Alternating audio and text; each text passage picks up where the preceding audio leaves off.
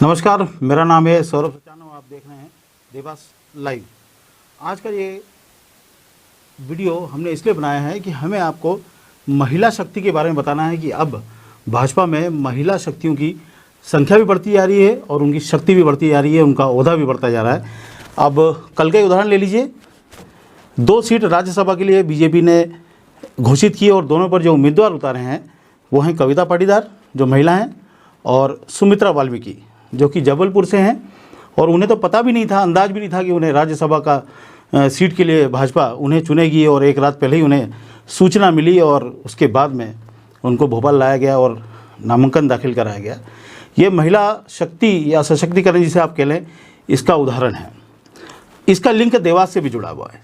देवास से कैसे जुड़ा हुआ हम आपको बताते हैं, क्योंकि सुमित्रा वाल्मीकि का जो नामांकन हुआ है उसमें प्रस्तावक हमारे देवास की एमएलए गायत्री राजे पवार रही हैं। उन्होंने उनका प्रस्ताव वहां पर रखा और राज्यसभा सीट के लिए नामांकन दाखिल हुआ है।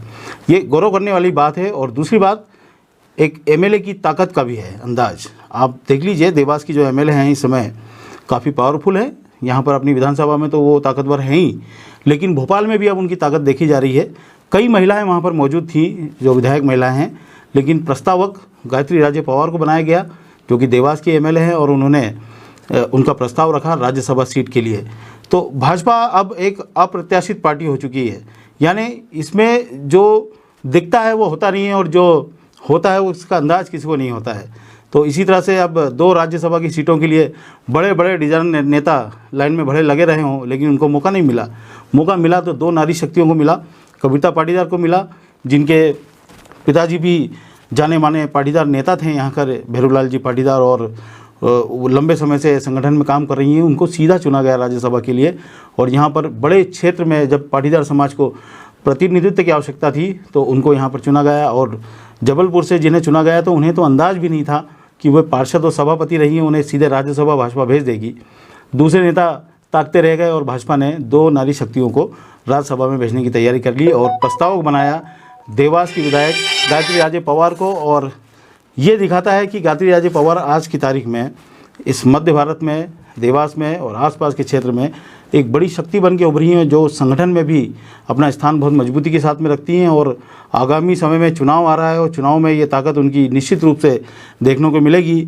तो जो विरोधी हैं उन्हें कुछ मलाल ज़रूर होगा, उनको ऐसा लगेगा कि इनकी ताकत के आगे वो क्या कर पाएंगे, लेकिन संगठन में इनकी ताकत अब देखने को मिली है। और भोपाल में कई बड़े नेताओं से भी उनकी मुलाकात हुई है और उसकी तस्वीरें भी वायरल हैं इस समय। तो आने वाले चुनाव में इसका इम्पैक्ट काफ़ी देखने को मिलेगा। और अब जब निकाय के चुनाव भी लगभग आज घोषित हो ही जाएंगे, जब आप ये वीडियो देख रहे होंगे तब ये घोषित हो चुके होंगे, तो इस निकाय चुनाव में भी उनकी ताकत टिकट के रूप में, टिकट के जो बंटवारा है उसके रूप में निश्चित रूप से हमको देखने को मिलेगी। और गौरव की बात है देवास के लिए कि हमारे यहाँ पर एक ऐसा नेतृत्व बढ़ रहा है जो आने वाले समय में भाजपा की तरफ से बड़ी लीडरशिप बनेगी और देवास के विकास में भी भागीदारी देवास की बढ़ती जाएगी, विकास में मध्य प्रदेश में।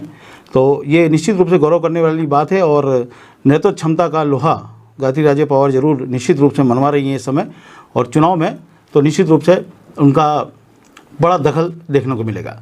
आपको ये वीडियो कैसा लगा आप हमें कमेंट के माध्यम से बताइए और चैनल को लाइक और सब्सक्राइब जरूर कीजिए। बहुत बहुत धन्यवाद।